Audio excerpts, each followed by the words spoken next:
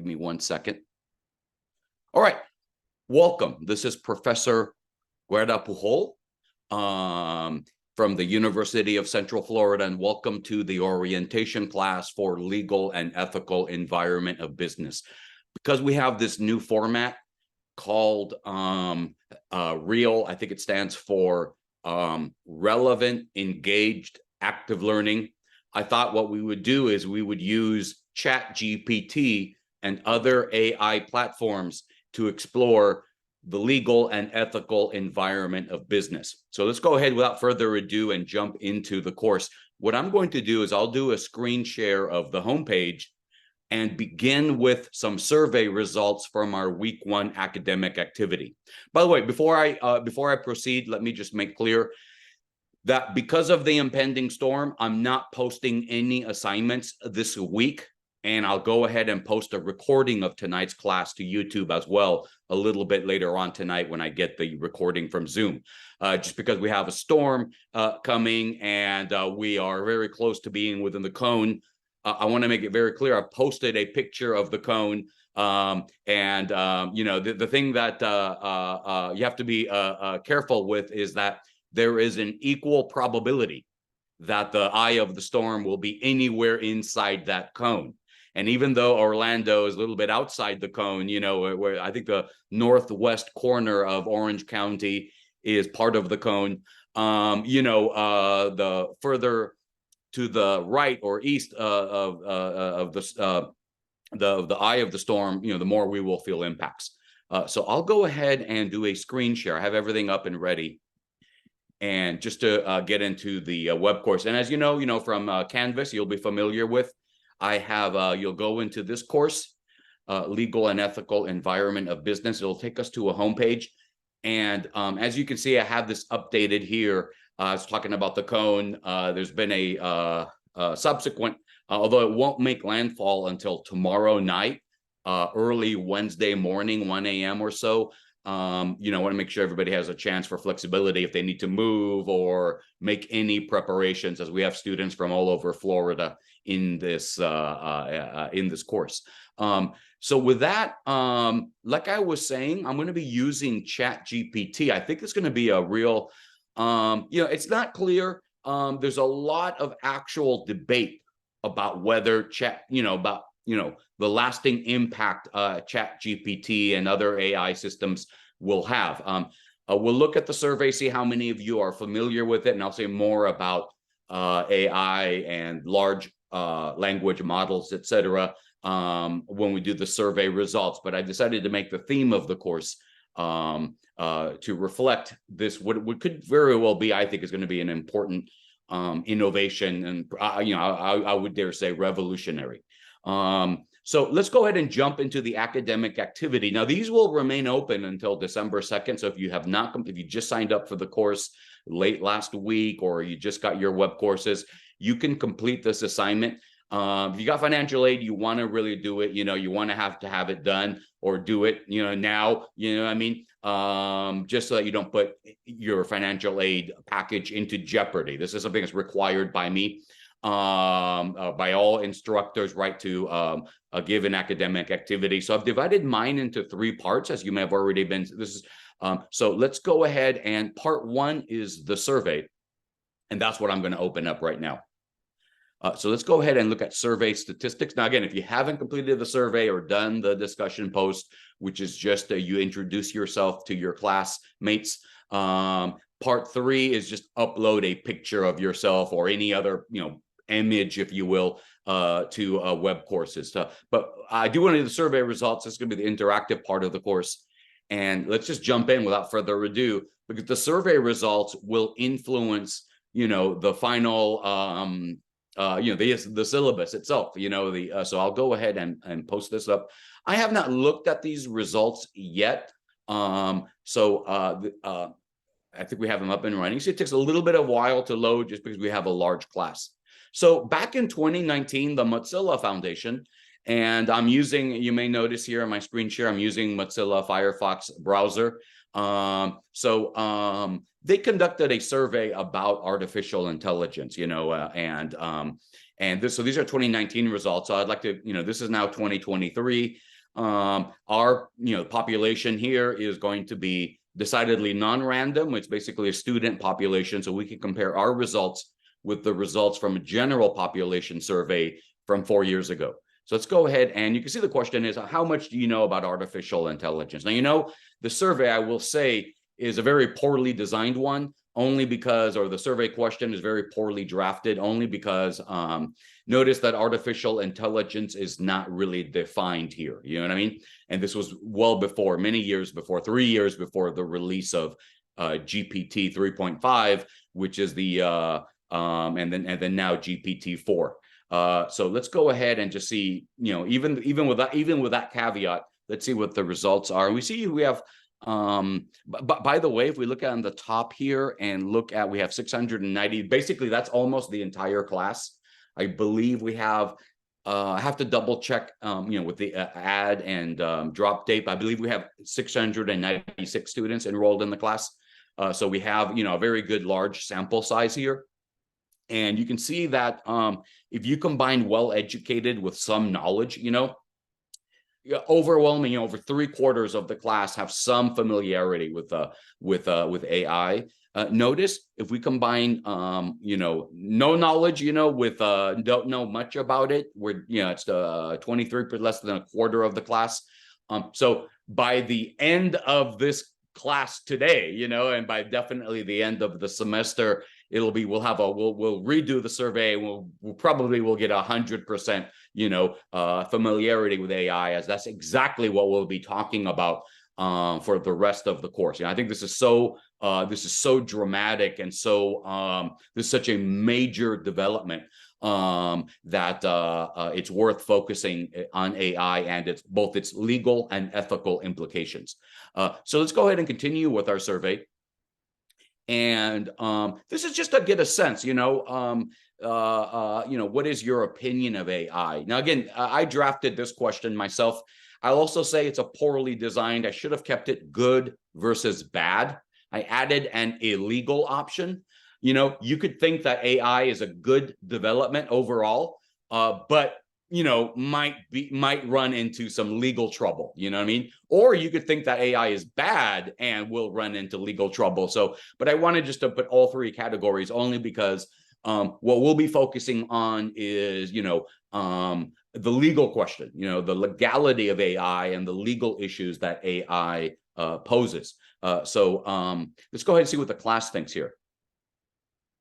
And notice 2/3 of the class would say that this is actually good. This is going to usher in unprecedented progress. And so this is more like the printing press. Notice a not inconsiderable 19%, or 1/5 of the class would say this is actually a very dangerous development, potentially akin to nuclear weaponry.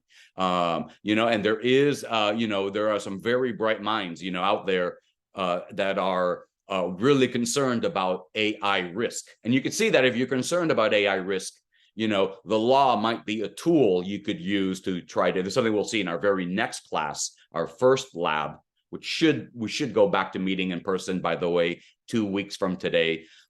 We'll look at, the sources of law, what laws apply to AI. Notice, as far as the illegality question, notice not inconsiderable 15%. So it's about what, 1/6 of the class would say this raises some significant legal issues, something that we'll be looking at, and this here, the analogy would be Napster. So we'll be looking at Napster in, when we look at the problem of copyright infringement in our very third lab. I think a very strong case can be made that unless OpenAI and these other AI platforms, unless they move to a Spotify-like model or Pandora-like model, where they pay licensing fees to the creators of all the data, the training set that's used to inform the AI model, there could very well be some significant copyright issues, and so we'll take a look at that as well. I will say that, as far as the legality question goes, up until ChatGPT, Napster was probably the fastest one of the fastest growing internet platforms. Napster had about 26 million users, within one calendar year. And, although that, Chat GPT subscriptions, especially the free version 3.5, are vastly greater than that. But it's it would not be the first time that what looks like a successful internet platform ran into significant legal trouble. So we'll take a look at that as well. What can be done to also avoid, or perhaps avoid that potential legal catastrophe that could be looming before the horizon. All right. Our third survey question is, this is just interesting, but just get the sense of the class. I just curious, is use, without, just all things being equal, you know what I mean? We're going to be using Chat GPT in this class, you know what I mean? But, all things, so this question may be, we may have tainted results. But I just wondering, you know what I mean? If there's, if I were to say nothing about this, just ignore it, which is what I did last time, you know what I mean? Is using an AI platform equivalent to cheating? And again, these are anonymous surveys, so try to make it as comfortable as possible for everyone, just to see what people think. That's all I'm doing here. You know what I mean? So let's go ahead and see here. And this is sort of like a homepage of ChatGPT and all the different things you can do with ChatGPT. It's a very remarkable program. But let's see what I think is. And notice here, and there's the 73% are saying, without any further instructions, this could be tantamount. This could raise some quote unquote academic integrity issues, if I want to put it euphemistically. And, this is really surprising me, because this is coming from a population, young population of college students, so, probably we're to ask the general population, this would be plus 90%, 95%, who knows what the number would be, at least that's the initial impression. But that's, to me, that's a surprising result. That now we'll be using ChatGPT. We'll be looking at its, both its strength and limitations. So it won't be a problem in this course. On the contrary, I'm not going to require anybody to use AI, but I am going to encourage that students use AI. Let's go ahead, and we'll be using AI as soon as our very first lab, our very first substantive class 2 weeks from today. All right. By the way, this is just my question as a follow-up. You may know that UCF, I think it's the bonus question, UCF banned TikTok. I think the entire University of Florida, or public University of Florida system has banned TikTok on university Wi-Fi. So should we ban ChatGPT as well? Sort of a simple, clear-cut rule. Let's just shut it down. Let's see. It'd be interesting to compare this survey question with the above survey question. If it's equivalent to cheating, how should we respond to this? Notice here that we get a slightly lower number here, but over half, 54%. This would, by the way, this would be my inclination as well. I'm going to be honest with you. I'm kind of old school here. You know what I mean? I would just ban it altogether. And, but as we'll see, that's going to basically be impossible. Like you try to ban the internet altogether, that's not going to go well. But surprisingly, we have over half of the class. Notice though, this percentage is a lot closer. You know what I mean? There could be some ambivalence about, ChatGPT and the possibility of using ChatGPT, within guidelines and, for good. So that's, I just want to throw that out there. I'm just as curious as the class is what the overall sentiment is. That's all this is, again, this is an anonymous survey. Just wanted to get the sense of what the class thinks about this, here, what do we have here? So this is basically, given that, given the potential of abuse here, or misuse, it'd be interesting to see, what if other instructors, I'm just curious also as, looking over your syllabi, most of your academic activities probably consisted of a syllabus quiz of one sort or another. So, is there a consensus emerging here, and so here you can see that, look, only 6% of the class, 40 students out of 690 respondents said that all of their professors, no, and if you combine that with most or all, still less than 1/3. That's still less than 1/3. As you can see, let me just mute here. Let me just go ahead and make sure everybody's muted. Okay, I think we got everybody muted. So you can see that what's amazing is that almost a quarter of your instructors, may not have a firm policy one way or the other. You know what I mean? And notice the vast majority, some do, some don't. Notice, right, this is a very new technology, and who knows if everybody is aware of it, and its potential implications. So I just throw that out there. You can see that this is still literally in real time. This is occurring in real time. Our next survey question, this is just to get a sense of familiarity. Now, ChatGPT is the most popular of these AI systems, and it's the one that's free. I believe Bing has incorporates, if you download their Edge browser, you can also get basically the free version of GPT-4, is my understanding, via Bing, if you're willing to download the browser. I'm not going to require that at all. But let's just see what I'd be curious to see, what is the familiarity and usage of AI, if you will. And I'm using AI here loosely, to include these large language models, these new programs. And as you can see, 1/3 of the class has yet to. Again, this will definitely be a 0% by the end of the semester. So I'm going to encourage you to use ChatGPT or any other of these familiar devices. Let me go ahead, platforms. Notice here, I'm kind of surprised in terms of, once a week or even once a day, it's 20% if we combine those results, so 1/5 of the class. And about, the vast majority here, almost 50%, 47%, is once in a while. You know what I mean? So it's I think what this class is going to do is make you aware of the ability, how powerful these new large language models are.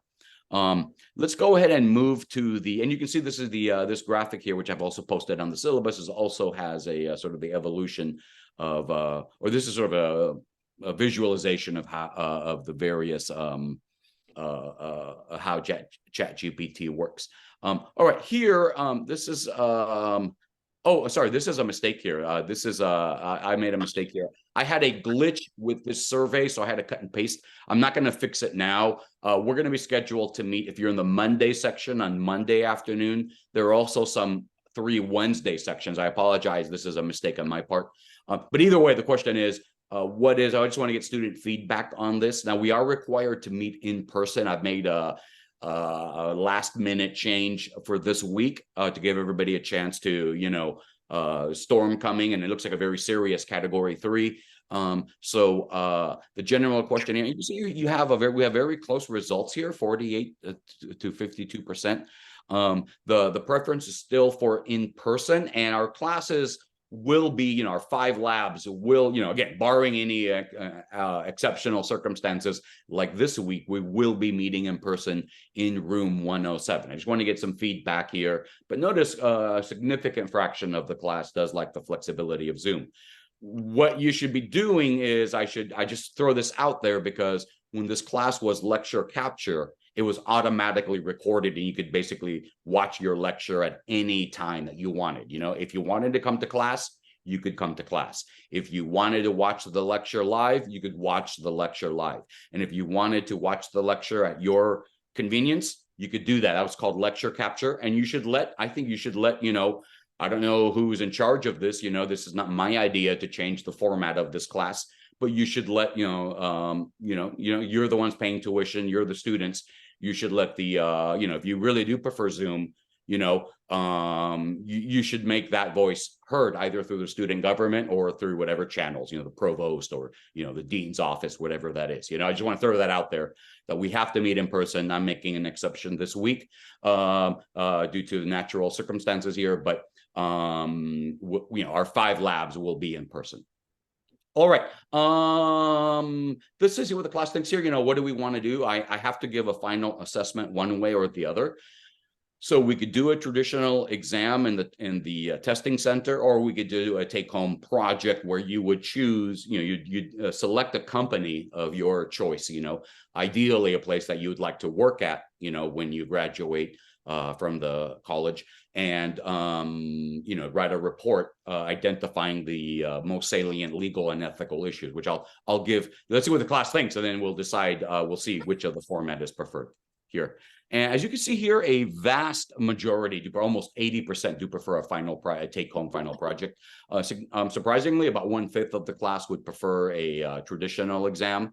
I will we will move here because these results are so overwhelming. We will then do a final project, and I will post those guidelines in our next class. You have all the semester to do it.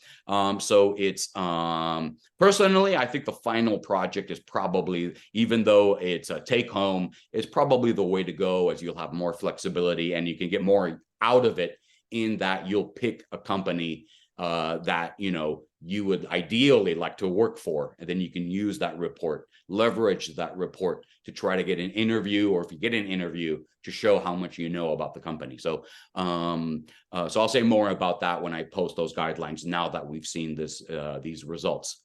And then our next to last survey question, I always like to ask this, if I'm your first contact with the law. Here, if we look at these results, surprisingly, I think, in previous semesters, the number has been much lower, but we have a 45%, 55% breakdown. Still, the vast majority of the class, may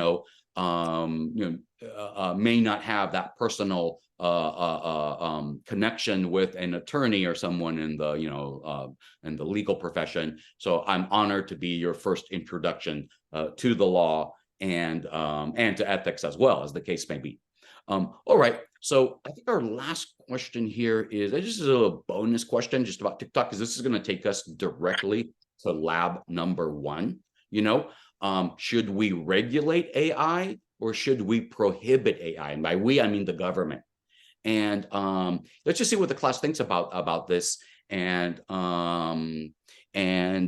notice here, a not insignificant, not trivial 15% is on board with banning TikTok.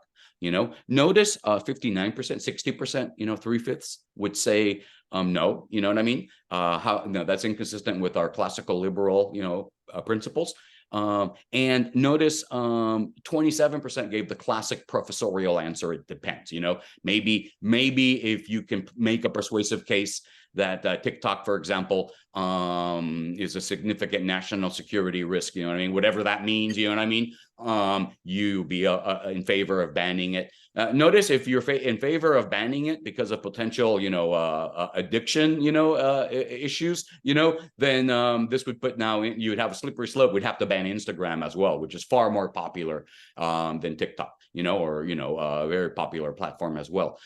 So this is going to take us to our very first lab, where I'm going to ask, we're going to look at the main sources of law that apply to AI. When we talk about regulating or banning social media or artificial intelligence platforms that we'll be focusing on, you really, this question is very deceptive, because what's going to happen is you're going to have multiple sources of law, beginning with state and local law. You're going to have potential federal law, if Congress were to step in, and you have also possibly international law questions, and the free flow of trade via the World Trade Organization, and those rules, that don't allow, artificial trade barriers, except in some very narrow circumstances. So with that, then let's go ahead and go back to the core. I think that's our very last survey question.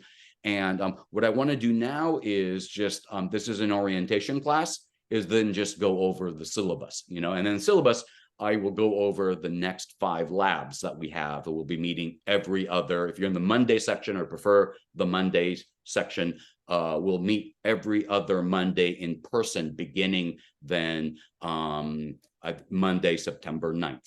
So let's go ahead and jump in here.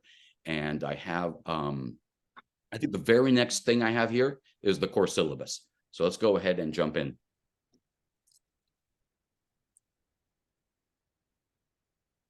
Now, what I find most remarkable here, like I said, I think AI is going to be very important. You can see here from this very first page, ChatGPT, it took them 2 months, right? Literally, it took them 5 weeks to get 100 million users. You know what I mean? Now they're self-reporting that. So could they be exaggerating? Could they be lying? It's possible. You know what I mean? I haven't confirmed those numbers. That's what they've self-reported. But all of these data points here are all self-reported data. Notice, right? TikTok, it took them 9 months. You know, it's one of the, before ChatGPT, TikTok was the fastest growing internet platform. And then you can see Instagram, it took up to 30 months before before Instagram reached, 100 million users. And so, and you can see here some of the statistics for some of the other sites. And these are sort of the top, if you will, top 10 sites in terms of, how fast it took them to obtain 100 million users, which is a very significant user base indeed. Imagine having 100 million customers within X amount of time, and you can see the scale of these various. One of the things I want to just throw out there, just so you see what they all have in common, right? They're all internet platforms. So when we talk about AI and large language models, we're talking about the internet, right? And so everything that we talk about with AI will be applicable to any business model that uses the internet as, part of, if you will, their outreach, either to customers. You can see in some cases like Amazon, that's explicit, right? Google, Alphabet Inc., that's explicit. Meta, Facebook, and Instagram, that's explicit. But really, the internet has become, if you will, a super important, modality. And AI, I think, within of these various apps, these various platforms, is going to be very, very significant. It's either going to eliminate your job, to be honest, my job as well, or it's going to make it easier for us to do our jobs. And so, that remains to be seen, what the overall effect of AI will be. But it's a very significant, innovation, just to put it euphemistically. All right, let's jump into the course description here. And here's the timeline I was talking about. You can see that this has been in the works now for a number of years. The main difference between GPT 3.5 or ChatGPT, which was launched on towards the end of November 2022, and the earlier versions of GPT, is that the earlier versions, they were all bad. They were all underperformed. They really weren't ready to be launched to the public. ChatGPT, though, is a complete quantitative leap. If you're willing to pay $20 a month, although I'm not going to require it, you can access GPT-4, which is even more powerful. In July, and we'll take a look at this when we look at the Law of Ideas in our third lab, OpenAI just filed a trademark registration application for GPT-5. So it's possible that the newest version of ChatGPT is going to be launched before the end of the year, very soon. Here, what I identify here in our course description are some of the legal and ethical issues here that are, we already saw the basic one. Is this good or is it bad? Or is it just illegal, regardless of whether you think it's good or bad? Also, what's interesting is whenever we look at a new product or an existing product, we have to ask ourselves, what are the potential harms? So John Stuart Mill, the famous British political economist from the 19th century, from the 1800s, he famously said that government, regulation, the use of government force, government power, the police power, is only justified in order to prevent harm to others. And so harm is considered sort of like this most important legal and ethical concept. Harming others without their consent is going to generate some ethical and legal concerns. And so with ChatGPT, the question now becomes, what are the potential or actual harms? And also then, what should we do about them? So that's some of the things that we'll look at in this class, beginning with our first lab. Here I just have some examples of some of the issues here, like, really with all social media and internet platforms, you're going to have these privacy issues. But ChatGPT is very interesting in that it also raises some issues about property rights. Who owns the outputs generated by generated by the AI, and also, you can see there's possible issues of defamation when ChatGPT makes false statements about third parties.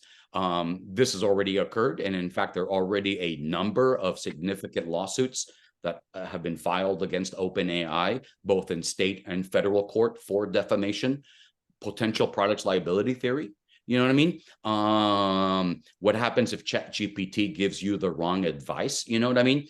And copyright infringement, which would be the theory for shutting it down completely. You know what I mean? The Napster scenario, which we'll also take a close look at. Now, let me just say one thing right now that I'll say it when we do lab number 1. But really, behind all of these legal questions is the key question of contracts. Basically right now, AI is completely unregulated, and that could be a good thing if you're a libertarian. If you have government regulation, you're going to stifle, new entrants and innovation, and you'll be defending the incumbent big tech companies. But if you are concerned about AI as a potential, even what some would call an existential risk issue, that AI could in fact threaten humanity, and in the worst case scenario, then you may want to, you may, of course, going to be open to some form of legal regulation, if not prohibition, banning AI or regulating AI. But right now, this is all basically the user agreement is what determines, the liability issues. But we'll see with contracts, sometimes contracts are enforced and sometimes they're not enforced. And so we'll take a look at that when we look at the common law. And in fact, what I'm anticipating here is what I described here in this further paragraph. What I've done is, because in addition to this orientation class, we're only meeting 5 times. We'll have 5 labs. And so what we'll be doing is I'll be doing surveys, live surveys in each of those labs. Those surveys I'll use to take attendance. And then I'll use the survey results like I've done today in order to basically lecture about that topic, in that lab.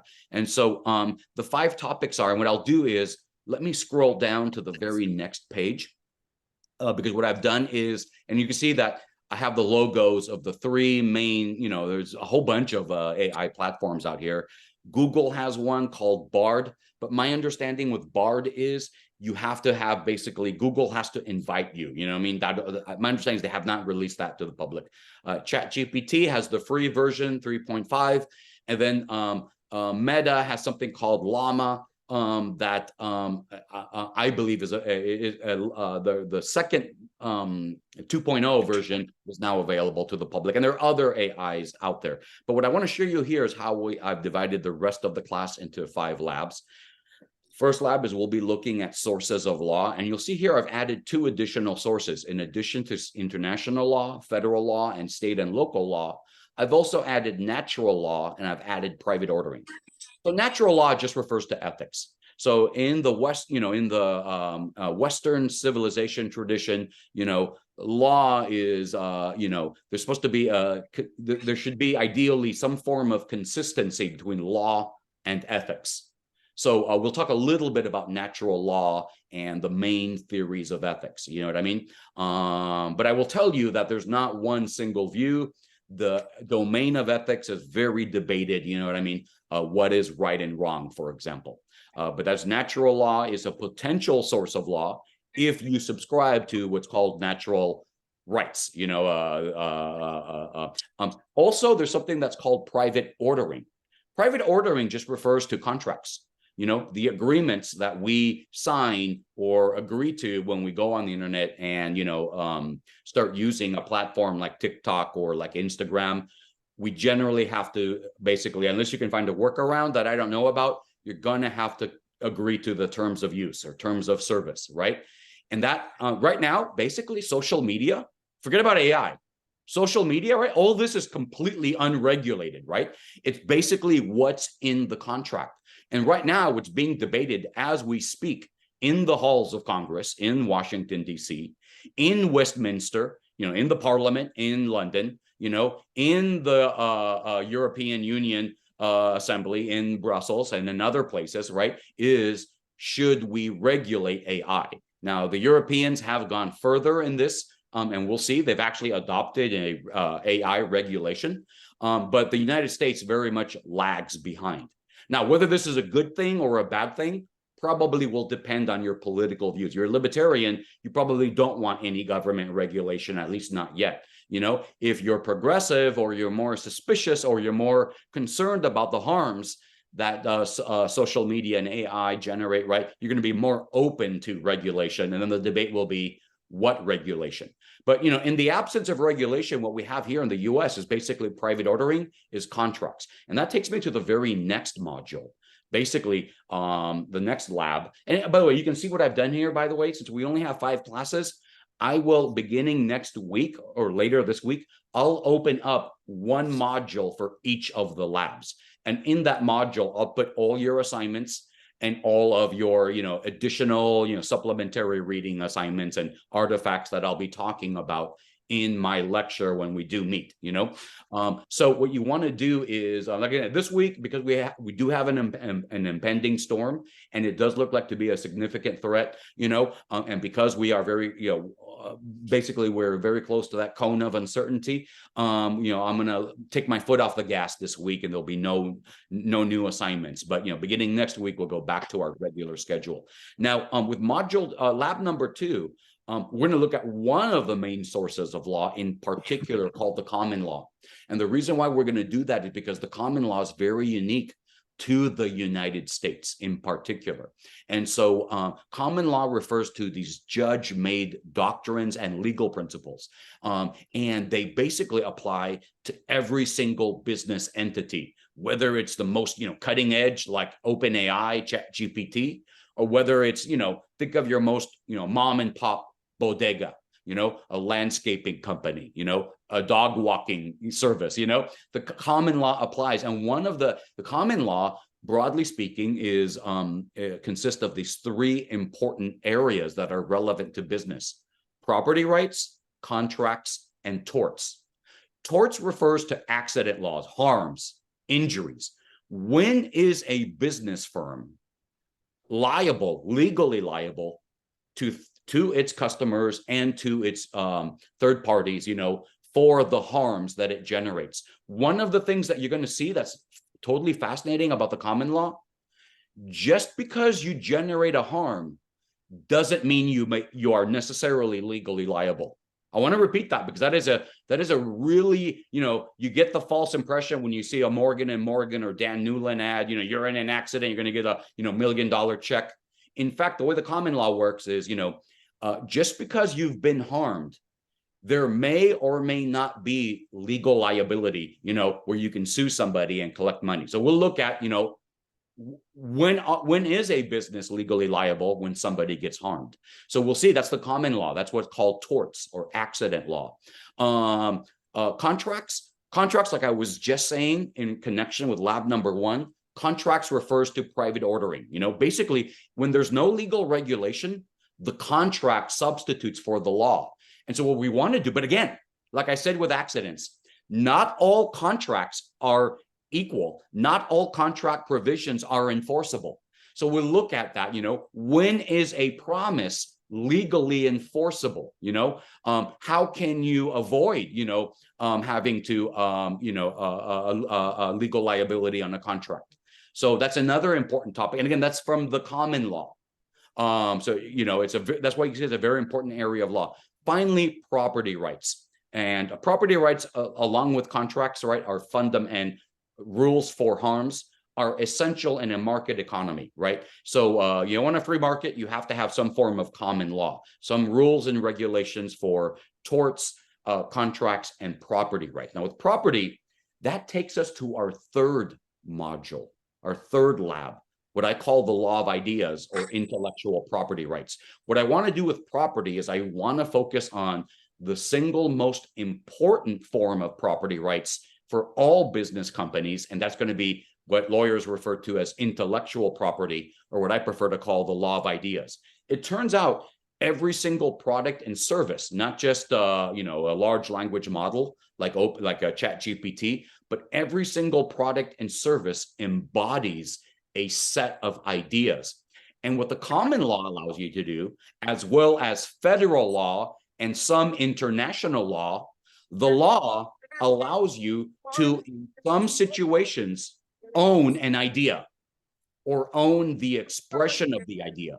I'm going to tell you right now, intellectual property is the single most important area of business law, period. No, it's not even up for debate. When you're looking at it from the business person's perspective. And so we'll take an entire module to look at, an entire lab to look at the main forms of intellectual property, trademarks and copyrights, and trade secrets and patents. And we'll look at, for example, OpenAI's latest trademark registration, and we'll look at the question: when is data scraping? When is the use of another person's data set? When does that constitute copyright infringement? That's the Napster case. That's going to take us now to the next to last lab or module, which is civil business litigation. Basically, right now, as I speak, OpenAI is a very big target, and it has been subjected now to a number of lawsuits, including a lawsuit brought by Sarah Silverman, the very popular entertainer, among others. But let me tell you, the publishing industry is going after OpenAI hard. Other big name celebrities are going after AI hard, and they've already brought a number of lawsuits. We'll take a look at the lawsuits, but what I want to do with that fourth lab, what I want to do is look at what all these lawsuits have in common. And that is a very important strategic questions that all business firms have to face, regardless of whether they're big tech or a startup like OpenAI, or a mom and pop, or a landscaping company, etc. And that's going to be, when do you settle your case out of court when you're sued, and when do you go to trial? There's also, by the way, a question that Donald Trump and his Confederates will have to be considering. When do you plea bargain with the prosecutor, and when do you go to the jury? It's basically the same dynamic. What I'm going to tell you right now, just to whet everyone's appetite, is that most civil and criminal cases, business and non-business alike, the vast majority, when I say vast majority, I mean 98% of them, are settled out of court. So we'll take a look at that dynamic, why so few cases do go to trial. Of those few cases that do go to trial, generally, like Johnny Depp and Amber Heard, or the Donald Trump cases, probably when you have high-profile defendants like that, that's going to be one factor where generally those cases, are more likely to go to trial, but not always. So we'll take a look at that. You know what I mean? We'll also look at some other aspects of our of the litigation process in the our fourth in-person class in our fourth module. Finally, our last class, I want to take a look at business ethics, and also what I call AI ethics. What are regardless of what the law does or doesn't say about AI, what are the ethical implications of AI? And here, what's very fascinating is there are a lot of excellent movies. There's a movie called Her with Scarlett Johansson. There's a movie called there's two Blade Runner films, that both of which are very good. And there are other movies about AI. There's iRobot with Will Smith. There's a bunch of good movies that involve, basically Hollywood versions of AI, but that pose very deep ethical, dilemmas about, do AI entities, do they have any legal rights? You know what I mean? And what are our obligations to AI, ethical and legal obligations to AI entities? These are fascinating legal questions that now have moved from the domain of science fiction, from the domain of Hollywood, all the way to now, real life. Here, we'll take a look at Isaac Asimov's 3 laws of robotics. These are considered sort of the standard, AI Bible, if you will, in terms of AI ethics. And we'll take a look at this AI ethic question in context of business ethics. And one of the things you're going to see is that, in fact, there is wide debate. There's deep and deep disagreement about business ethics, about what are the ethical obligations to society, of a business firm to society. On one end, you have like a or you may have heard of ESG, environment, social justice, and governance. On the other end, there's something called basically the invisible hand, or the so-called Milton Friedman model, where businesses basically their ethical obligation is to maximize revenue. Like I said, on the other end, you have the ESG, you have other models of business ethics that talk about obligations to society as a whole. So, AI is really going to bring these issues in real sharp relief, because AI, unlike most products and services, there is some non-trivial probability here that it does pose an existential risk to humanity. Hopefully it won't, but there are a lot of serious people, smart people certainly more serious and smarter than I am, who are very much concerned about the potential risk, not just to individual users that AI poses, but to humanity and to the world itself. With that, let me go ahead and let's go ahead and let's the rest of the syllabus. So here is our class schedule. I'll be talking about, we have these 5 classes. On Mondays, because I have another class, a conflict here. I only have one section every other Monday is when we'll be meeting, and we have 5 labs that will meet in person. Wednesdays, every other Wednesday, you can see the dates here. And by the way, I misspoke earlier when I said our next Monday class is September 9th. It's actually going to be September 11th. And then the Wednesday sections will meet September 13th. And one of the things you'll see here, you'll notice a pattern, right? Our in-person class will meet every other week. Now, what you want to do is, again, I didn't make the rule, and if it were up to me, I'm going to be honest with you. I think lecture capture has a lot more flexibility. Here, however, you are required to attend class as part of your grade. We'll be doing in-class surveys for the 5 modules. For this class, just because if you did the survey last week, that's going to be your attendance for this orientation class, so you're good there. But here, what I want to bring to your attention is I will be flexible. You can attend any section you wish, except 2 and 3, which are closed. But so I want to make it, because you do have to attend, I will be flexible at which section you attend. You know what I mean? However, you do need to attend a section, so you want to make sure that you have this calendar jotted down somewhere, and that you make the arrangements to, I know it's a real pain in the neck to come to campus, and parking and all that other stuff, but you make the necessary arrangements, to be here, so you don't lose your attendance points. Which actually takes me to that, so the schedule is right there for everybody to see, which takes me to my next aspect here. I'll come back to class materials, but assignments, right? And you'll see that what the grades are, it's your attendance and class activities, which will be surveys. That's going to be 1/3 of your grade. I call those gimme points.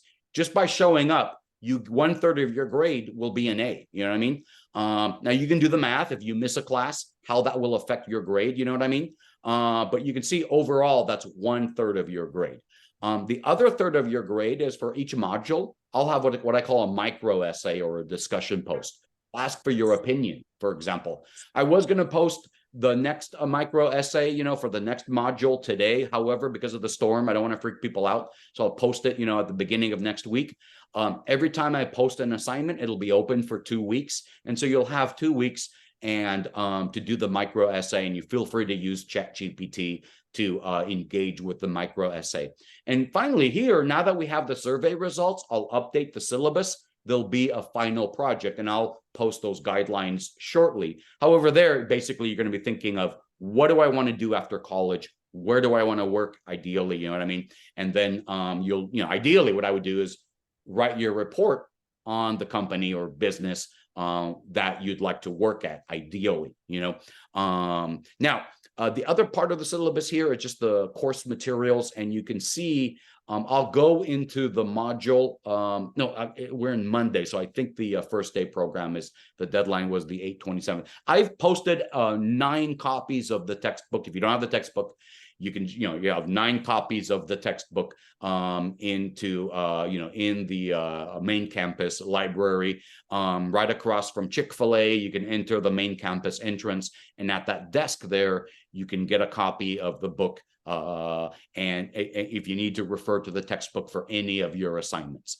Movies, What I will do there is I will include, that's why I have a module for each of the labs. I will include movie clips from movies that deal with AI one form or the other, or social media as well, internet broadly speaking, in each of the modules. And finally, because this is a because of the modality of the course, you can take this course from anywhere, but you have to have a reliable internet connection, and be prepared to show up to those 5 labs, whichever section you prefer. So I just wanted to throw that out there. I think the only thing that remains to be discussed in terms of the syllabus here is the grading scale for the College of Business. And the main thing here is that there are no minus grades. And so I just wanted to throw that out there. And finally, just some things here.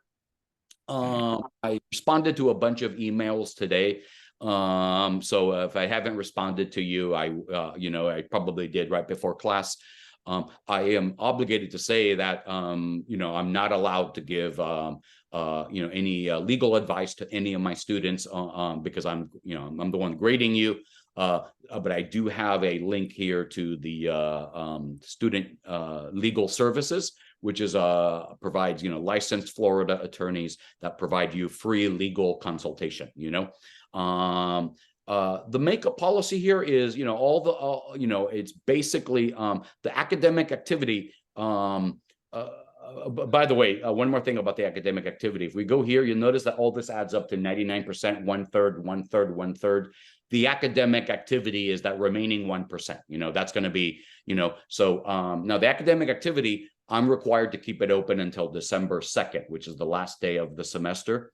But all of the other assignments, I'll post them every other Monday when I open the lab. You know what I mean? The week in which we're meeting in person, I'll post the lab. I'll post the module for that lab, and I'll post the assignments, and those assignments will be open for 2 weeks. So you'll have until the following Friday to complete the assignments. So you just want to keep on top of that. You'll have 2 full calendar weeks to complete any assignments in the module, which generally will just consist of a micro essay, 1 or 2 micro essays. Office hours, starting next. Actually, I think next Monday is Labor Day. So starting the Monday after that, I'll be doing office hours. Because of the impending storm, I'll be doing both in person and Zoom. So you can just, if you want in person, just roll up the office. I'm on the 4th floor of the BA1 building. I believe my room number is 430. If you prefer Zoom, just go ahead and I'll put a Zoom link on the homepage of the course. And that you can then access the office hours starting really 2 weeks from today because of the holiday next Monday. Also, the regular student with disabilities, I think I've gotten a bunch of those. I think for the course, there's really no time limit. By the way, I think, if your disability involves a time limit, you don't have to worry about it because there are no timed assignments, just the deadlines. But all the assignments, they're open book, and that's why you want to have access to the textbook. They're open book, and you complete those assignments at your own pace. Finally, like I said, we'll be using ChatGPT, and I'll just be asking you to, if you use ChatGPT, just go ahead and cut and paste the answer and let me know that you've used ChatGPT. Now, if you're using the ChatGPT 4, if you're paying for the subscription, probably you're not going to have any problem. ChatGPT 4, I've noticed, is a pretty powerful, very powerful tool. GPT 3.5, the free version, and the free version of the other AI platforms that I've played around with, they will give you on average a C+ answer. You know what I mean? When they're on the top of their game. You know what I mean? Maybe, as these models, and there's some controversy, are the models getting better or are they getting worse, over time? There's some controversy about that. So take a look at later on. But you probably, what you want to do if you use ChatGPT, you want to revise that answer based on what's in the textbook and based what I'm teaching in the class. You know what I mean? Probably if you're using the free version. You know what I mean? So I just want to throw that out there. You basically can use it at your own peril, but I do encourage you to use it because it is an amazing, powerful tool. The only caveat is just disclose that you're using it. You know what I mean? That will be the only caveat. And that's only in keeping with academic norms that you always, cite your source. All right. So with this, what I can do now is I can go ahead, now that we've looked at the syllabus, what I'm going to do is go ahead and close this and see any remaining things that we may have to do here. So one more thing just about the emails. Always want, I've been flexible on this for this first 2 weeks of class, but you always want to copy one of my TAs so that you can get a faster response time. Only because sometimes I'll be traveling and I won't be able to respond as quick. Although I do review all the emails and I double check that every response you get is the correct response. For a quicker response time, I do ask that you copy one of the teaching assistants, which most of you have done. Finally, any edition of the textbook will work, because even the latest edition doesn't really talk much about AI, if at all. But it does have the basic legal principles that do remain unchanged. And so, and like I say, those copies are available in the library. Now, I do want to say this, and this is sort of the debate that's going on right now. Do we need new laws to deal with AI, or do we just extend the common law? My feeling is that probably until the Congress is going to get involved in this, probably it's going to be the common law that's just going to apply by default and private ordering, until the Congress gets involved. But because of the political nature of the debate, something we'll see in our very next module, basically, in summary, conservatives, politicians are basically, want to have complete free speech, on social media platforms. So basically, they want to limit the ability of big tech companies and other social media platforms, right, to enforce their content moderation policies. Or they want those content moderation policies to be more in line with the First Amendment to the Constitution of the United States. On the other hand, you have progressives, right? If you're more on left wing, if you're more liberal, quote unquote, you're more open to AI regulation, and you want to make it easier for companies to enforce their content moderation policies. Now what's really interesting, and so that's why, as of now, the Congress has yet to enact any meaningful legislation regarding social media, because the debate, the Congress is too divided. You know what I mean? Everybody says we should regulate social media, but people are coming at this from different political perspectives. And one side wants to give social media companies, more flexibility in being able to enforce their content moderation policies. The other side of the debate wants to, basically substitute private ordering with the First Amendment to the United States Constitution. So you have a political stalemate here. What's going to be interesting to see is, will AI, the threat posed by AI or potential harms generated by AI, will that be sufficient to create, political consensus in Washington, D.C. that will lead to meaningful regulation? Personally, I'm very skeptical. Probably politics will influence this as well, and we'll have no legislation as a result. Whether that's a good thing or a bad thing, again, depends on your political views. But in the meantime, what will apply to AI will be the common law, which is what we'll see in lab number 2. So what we'll do in this class is, like I say, in our very next class, September 11th, if you choose to continue with the Monday section, we'll talk about the main sources of law that apply to AI. And in this case, is basically legislation that has been proposed, for dealing with AI, because none of this has been enacted yet at either the state or local or federal levels. And then we'll look at international law, what the background rules there are.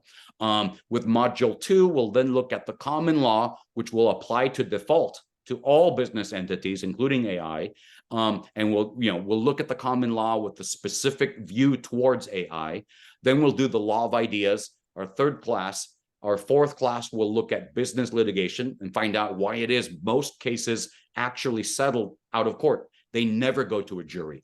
And finally, our last class will look at business ethics and AI ethics. So basically, given the limits of this format, you notice I'm not going to cover bankruptcy. I'm not going to cover employment law. I'm not going to cover, other areas of law. I'm not going to say much about criminal law, for example, and that is just due to the nature of this class that we only have 5 labs. So I've narrowed it down to the 5 big topics in business law and ethics. Now, with that said, I see that the chat is active. Basically, the orientation class is now concluded. So if you need to bail for any reason, feel free to do so. If you have any questions, comments, or concerns that have not been addressed in the chat, go ahead and I believe one of my teaching assistants has been addressing the chat questions. Go ahead and unmute yourself, and if you're able to put your camera on, by all means do so, and you can go ahead and address your questions, comments, or concerns at this point in time.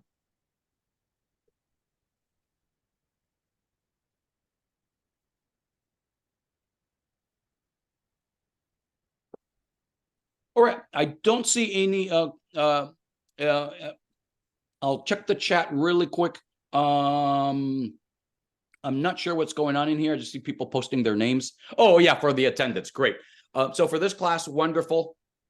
Don't worry, the Zoom has a, my understanding is the Zoom modality, has who signed in and stuff like that. So we'll cross-check there. But for future class, basically what we'll be doing, since we'll be meeting in person, just show up and do the activity, which will consist of an in-class survey, and that will take care of both of your participation points, just because each of my sections has 200 students, and we'll also take care of the attendance as well.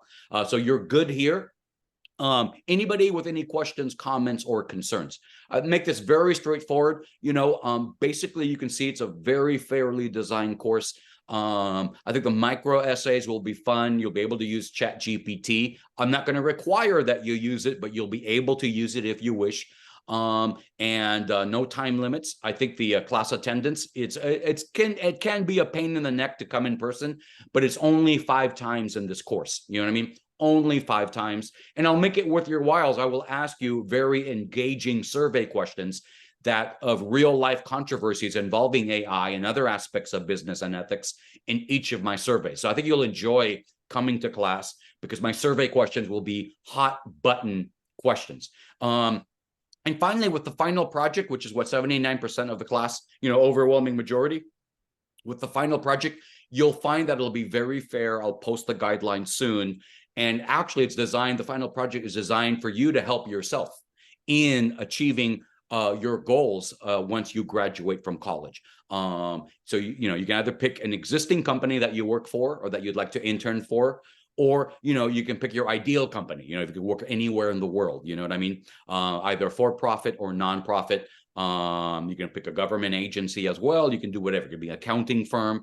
It could be your own startup. Whatever you want to do after college, your final project will be designed to explore all the 5 things that we'll be talking about, the 5 modules: ethics, litigation risk, intellectual property, contracts and common law generally, and the main sources of law that apply to the company. You'll just be applying what you've learned in this class to the company, and you'll be able to do that without much difficulty, because I'll give you all the tools you need for that. So it's this class, now, by the way, one last thing. If anyone is interested in a law school, what I will be doing is not this Friday, but next Friday, I'll do a law school Zoom. It'll be by Zoom for flexibility, and I'll record it for any student who may be considering law school or may want to go law school. I'll do that separately. Generally, my experience has been it's a very smaller number of students who may be interested in the law as a potential, career. Something that I wholeheartedly endorse, by the way. I think, all of you should consider the law as a possible career. But, I completely understand that, that's not going to be, it's going to be a smaller minority, because we're in the College of Business, not in legal studies. And so, well, with that said, I will have a separate meeting for students who are considering law school on Friday. That will be the September 8th, that Zoom. So I'll post that soon as well. So I wish everybody stay safe, take the necessary precautions. as the storm, it was going to be a very serious event. And I wish everybody then good luck and Godspeed. Charge on and have a great week. Goodbye.